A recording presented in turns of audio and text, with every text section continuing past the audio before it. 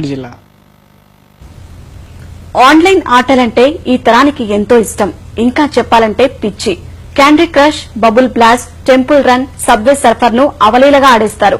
కొందరు పిడుగులైతే నిత్యం కొత్త ఆటల కోసం వెతుకుతుంటారు. లెక్కలు చేయమంటే కాస్త వెనకడుగు వేస్తారు.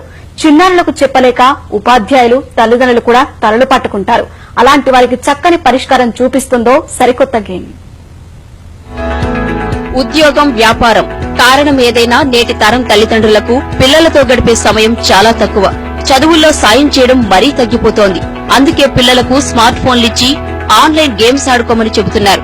ఆన్లైన్ ఆటల్లో పడి చిన్నారులు చదువులో వెనుకబడుతున్నారు. లెక్కలంటే చాలా మంది బుర్రకు ఎక్కవు. వాటి ఊసెత్తితే పుస్తకం మూసేస్తారు. ఇలాంటి వారికి చక్కటి పరిష్కారం చూపిస్తోంది షుగర్ మ్యాథ్స్. పేరు చిత్రంగా ఉన్నా అందరికీ తెలిసిన క్యాండీ క్రష్ లానే ఉంటుంది. ఈ ఆటతో పిల్లలు చకచకా లెక్కలు నేర్చుకోవచ్చు.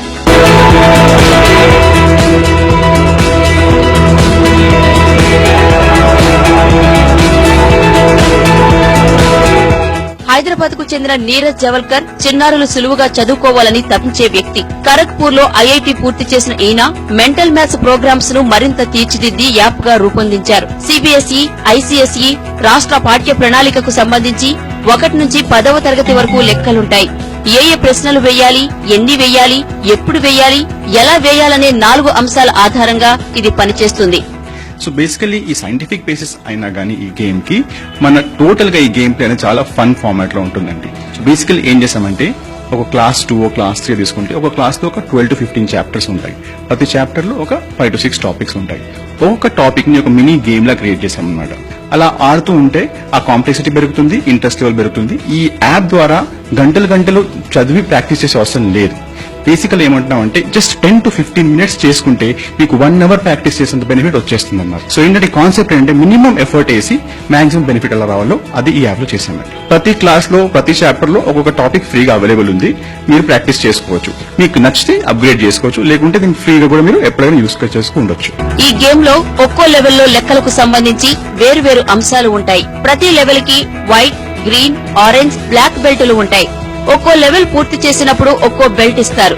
బ్లాక్ బెల్ట్ సాధిస్తే ఆ అంశంపై మంచి పట్టు సాధించినట్లు లెక్క. లెవెల్స్ పూర్తి చేసే క్రమంలో గోల్డ్ బార్లు సొంతం చేసుకోవచ్చు. చిన్నారులను ప్రోత్సహించేందుకు ఇవి ఎంతగానో ఉపయోగపడతాయి. వాటి ద్వారా వర్చువల్ గిఫ్ట్స్ కొని నచ్చిన వాళ్లకు ఇవ్వొచ్చు.